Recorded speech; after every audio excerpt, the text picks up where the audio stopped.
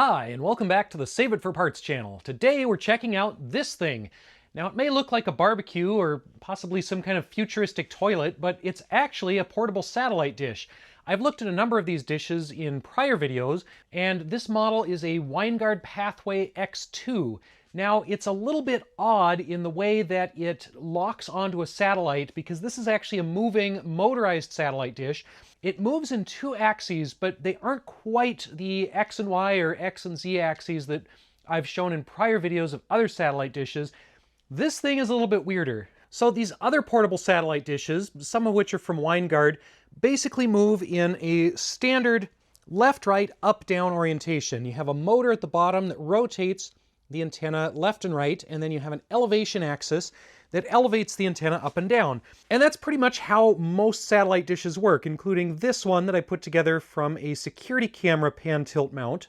And these larger dishes, also a Winegard product, that use an azimuth motor and an elevation motor. Now, by contrast to all those, the Pathway X2 uses an azimuth motor at the bottom, and then it actually has this weird diagonal rotation. So the dish can kind of tilt or skew, or I don't quite know how to describe it, and I'm not 100% sure why they chose to do it this way. I'm sure it has something to do with an efficient use of movement and some fancy math that I don't understand, but long story short, we're going to open this up and see what does that look like on the inside. That means I'm going to take the cover off of the barbecue unit here, and this one uses, I think, an Allen wrench. You basically just loosen up these clamps, and then this cover is kind of a rubberized plastic, so I think it'll just pop off of there. Now this is a used one that I got at an estate auction. I think I paid like $20 for it. It's an older model. I don't know if they still sell this, but I have seen other dishes from this company that look similar. And these are kind of, apparently kind of a Midwestern US phenomenon. They are known as carry-out or tailgater dishes. A lot of them have a handle on the side, so you can bring this out with you camping or tailgating at the football game. You can set it up on your car, at your campsite, on an ice fishing shack, kind of wherever you want to get television. You'll still need the receiver and a TV, but they're designed basically so you can have satellite TV anywhere you are, which I don't see a lot of in other countries. I've had Europeans ask me, where do you get these? They have never heard of this. They've never seen this. Another factor is that Winegard is an Iowa company, so they're somewhat local. And then their main competitor, Tailgater, is a Minnesota company. So a lot of these get manufactured right here in the Midwestern US. I'm noticing there's some cracking and damage. Yeah, this is kind of thin plastic. It's older. There is some plastic cracking. There's a lot of dirt underneath these clips. So inside here we have a fairly large dish reflector. This is actually bigger than the stock reflector that comes on the other Winegard and Tailgater products.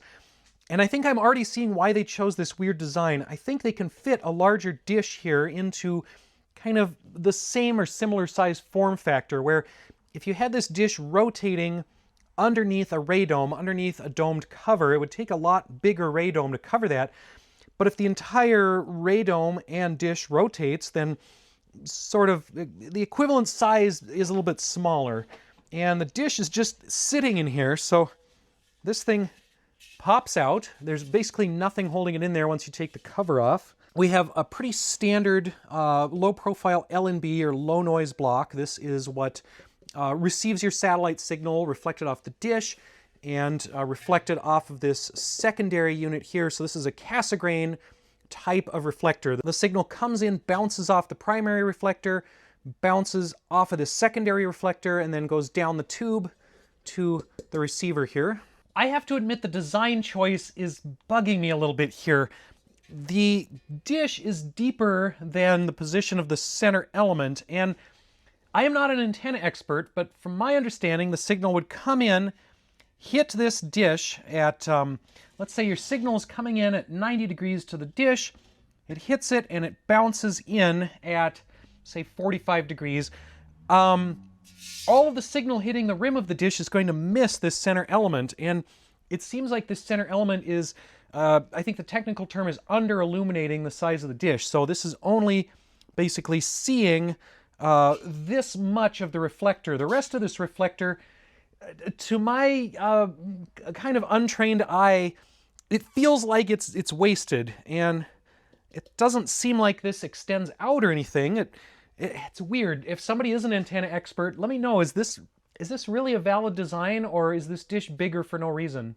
Again, I am often asked which of these satellite dishes, what products can people hack for tracking low Earth orbit satellites, for tracking NOAA weather satellites, Russian meteor satellites. I've talked to a bunch of people on my Discord who have been tracking those. In fact, there's a younger fellow who goes by Muffin's Ham Stash who has been really interested in getting into NOAA 15, 18, and 19, but unfortunately they kind of died right when he was getting into it.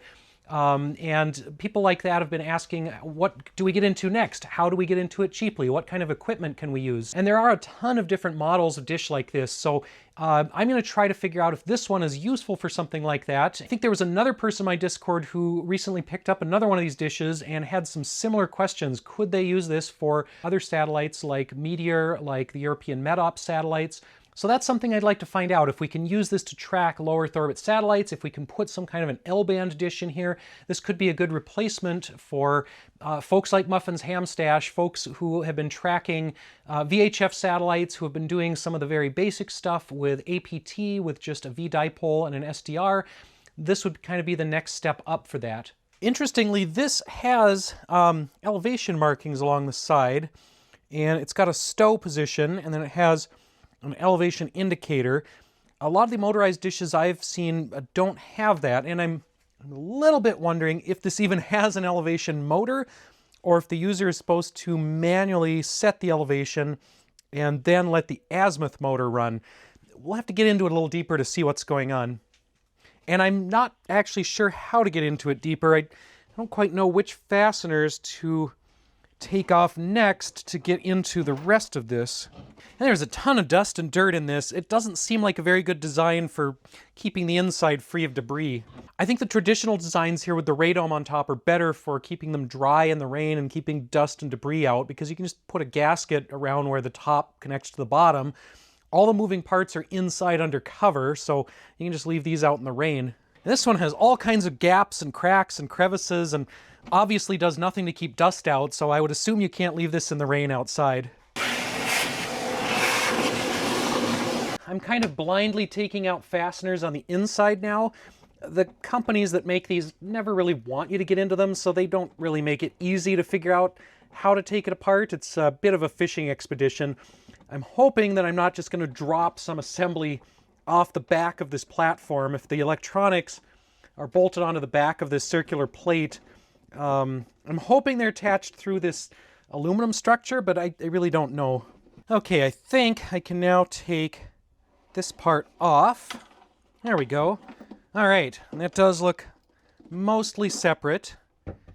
And yeah, again, it is just filthy in here. This is a bad design choice all around for keeping dust out of here. I would never want to use this in a dusty environment, or even store this. I wouldn't even store this in my garage. Sawdust would just stick in here all the time. Yeah, that is filled with sawdust.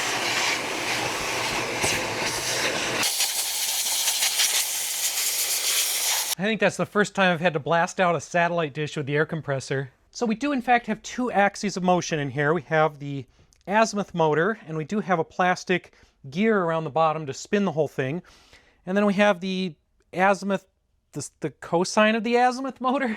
It's supposed to be the elevation, but it's this bizarre tilt situation. I'm still having trouble wrapping my head around that. Anyway, we've got the two motors, we have our brain, and if I want to control this thing remotely, which I do, I'm going to have to get into this guy.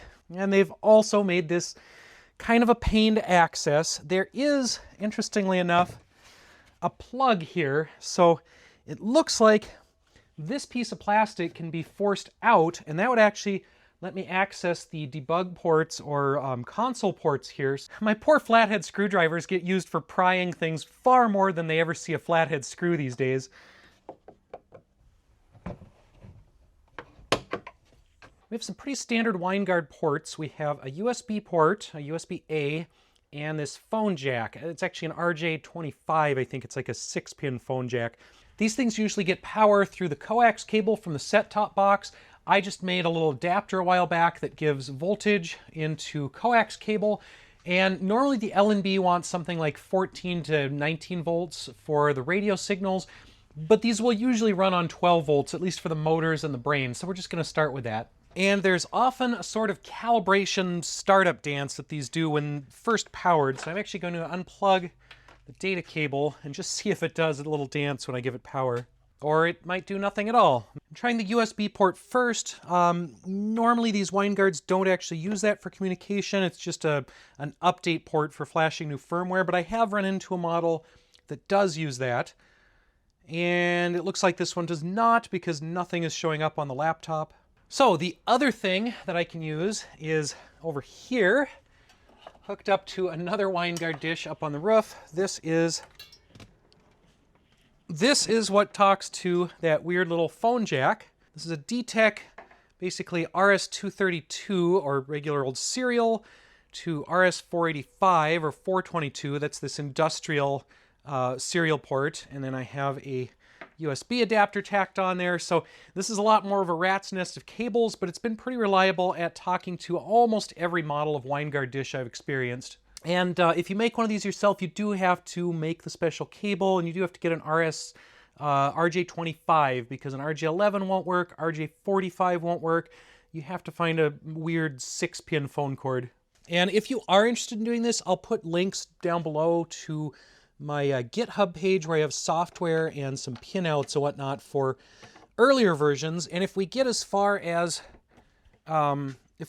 controlling this thing and I need to write new software, I'll put that on GitHub as well. But we're jumping ahead of ourselves. First, we need to see if we can even talk to it. So I think this serial UART device is my cable. We're not talking to the dish brain yet. To get to the dish brain, I'm going to run this command, screen dev tty acm 0.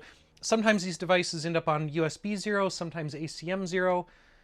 And it looks like it is not ACM 0 this time. We're getting something, so maybe I just need to try different baud rates. All right, the magic number was 115200 baud. So we have the interface menu on the dish's brain. So this is a shorter menu than I'm used to. Normally you get a couple dozen options, but we only have about 10 things we can do here. Now that might be fine. All I really need, I think, is the motor submenu. And it looks like we can go to an angle, we can go to an elevation, we can do some of the normal stuff, although this menu is slightly different than the one I'm used to on the other Winegard dishes. Basically, I just want to be able to go to an azimuth elevation combo.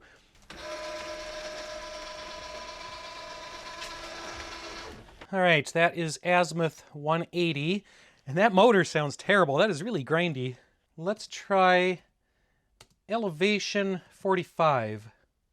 Now this is going to be weird because it's going to probably rotate both motors to get that slice of pie situation into the correct attitude, but let's see what happens. We've got an extra long USB cable here so it won't tangle. Yeah, that only ran one motor. I'm a little confused about how that works. So we've got some stuff in here like elevation law and as delta. I'm wondering if I can't directly give it an azimuth elevation, if I have to actually run my azimuth elevation through some of these other commands to figure out what is the combo of those two motors that gives me that azimuth elevation in real life. Because I'm thinking that with the geometry of this thing, a direct azimuth elevation command is not going to send it where I want. It's going to have to be some offset of that skewed rotation plus the offset of the actual rotation. Now, I am absolutely terrible at math. That's why I got a computer science degree instead of something more real world. But I'm hoping that this has a way to convert azimuth and elevation to whatever its own internal coordinate system is, because it has a computer on board, and math should be the computer's job. Another potential problem here, I asked for the min-max and home elevations, and it looks like if these are angles, if 7500 is 75.00 elevation, that is kind of a useless max for my purposes, because I want this to go all the way up to 90. Most of these guys can go to 90, sometimes a little bit of hacking, and that's what you really want for tracking low Earth orbit satellites, which is what I want to do with this. And I have to admit, I already had a purpose in mind for this thing when I started messing with it. I showed you my 3D printed helicone antenna earlier. This thing works great on this Winegard carryout, but it's too big to fit in the original radome, so I can't make this waterproof. Now, the pathway dish is about the same size as this helicone. In fact, it's a little bit bigger, so I was kind of hoping I could swap this out for the 3D printed helicone, put this guy into the pathway dish, and have it be a permanent outdoor antenna. Now, two problems with that so far. A, the waterproofing and dustproofing on the pathway is terrible. And B, if I can't go to 90 degrees, there's really no point, because you need to go all the way up to 90 for tracking low Earth orbit satellites, and these little carryout dishes will do that, but if the pathway will not, then it's not going to be useful for much. Looking again at the back of the dish where it has the elevation positions, it only goes up to 65 here, and it only goes down to 15, so that does kind of reinforce the idea that there is a maximum elevation of about 75. So I'm kind of thinking that for my purposes, for satellite tracking, this is kind of useless. Now, this might be just great for watching TV, but I've never really been into that. All the stuff on commercial satellite TV is pretty boring, and the dish on this is way too small for the free-to-air satellite TV that actually has some interesting stuff on occasion. So I don't really have a use for this. This rotating ring here would make a fantastic Stargate prop with some 3D printed accessories. There might be an interface with the set-top box that uses something like Diskek, or I never know how to pronounce that, but there is an open standard for sending azimuth elevation positions to a dish, and some set-top boxes use that. Maybe this is expecting that. I don't think that's really worth me messing around with, because then I would have to have a set-top box, I would have to have more equipment, I would have to have power for the box. As I dig into this, I don't like it. It's cheap. It's made out of this like cheap blow-molded plastic. It's made like a toy. It's obviously not dust-proof. I don't think it's waterproof. The construction and material standards on this are terrible. I can hear it grinding in here even after I've blown the dust out and vacuumed the dust out. The bearings are filled with gunk because it is so poorly made. Overall, the construction standards on this, the manufacturing standards, are far, far below the other Winegard products that I've encountered. So this must be their really low-end cheap model. This one might be the $100 model, where the other ones are $400 or $500. Before we give up on the space toilet barbecue, let's see what it looks like with the actual dish installed. I've got it at kind of the maximum elevation here. This is what happens when I send it to 90. Sounds like the motors are grinding apart. So it definitely will not physically go to 90 degrees straight up and down, which is unfortunate. But we can send it to 45 here. Or not. We're going to get gear grinding again. Let's try negative 45.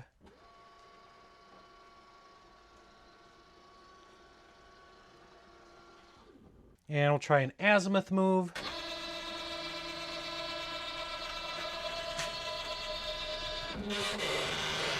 Oh, and again, the gear grindings. I don't know if there is supposed to be a home process that tells it its limits. A lot of these Winegards will intentionally crash into their gear limits to tell the dish where it is.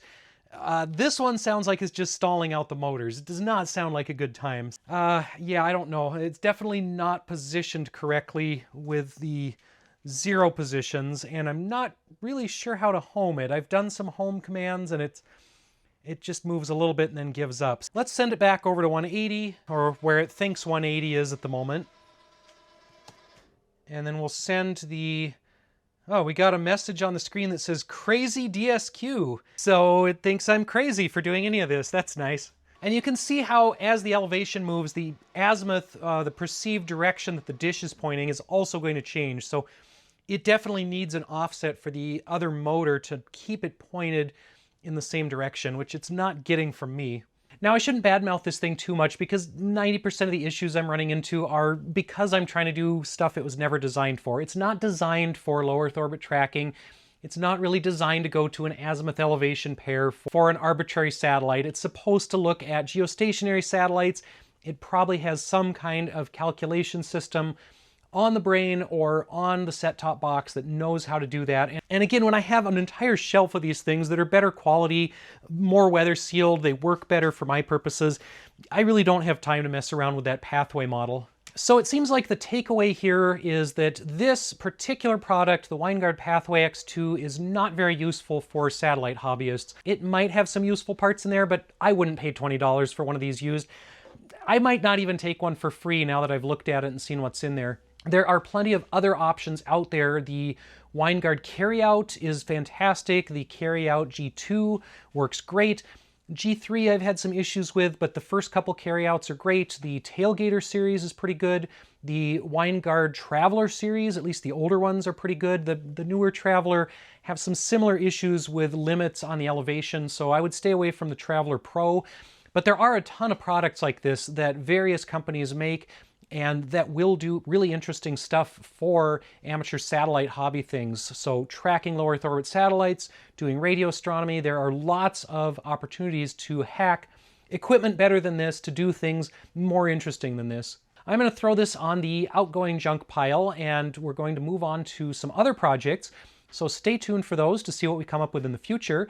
If you want to see me hacking into some Winegard products, Tailgater products, other portable satellite dishes more successfully and doing more interesting things with those, then check out my other satellite videos. I have a whole playlist of satellite and radio projects, or if you search for satellite stuff on my channel, you'll find way more videos than you ever wanted to.